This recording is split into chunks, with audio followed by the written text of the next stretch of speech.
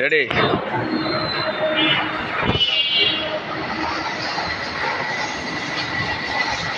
তার কিছু বলেন। আসসালামু আলাইকুম।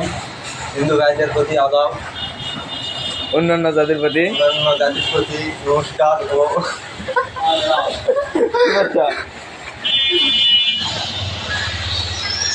তো যাই হোক, আমাদের এটা নতুন দোকান,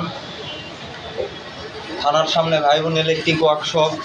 ওটা হচ্ছে প্রথম শাখা। দ্বিতীয় শাখা হচ্ছে ওয়েস্টার্ন প্লাজার সামনে, কালাম টাওয়ারের অপোজিটে।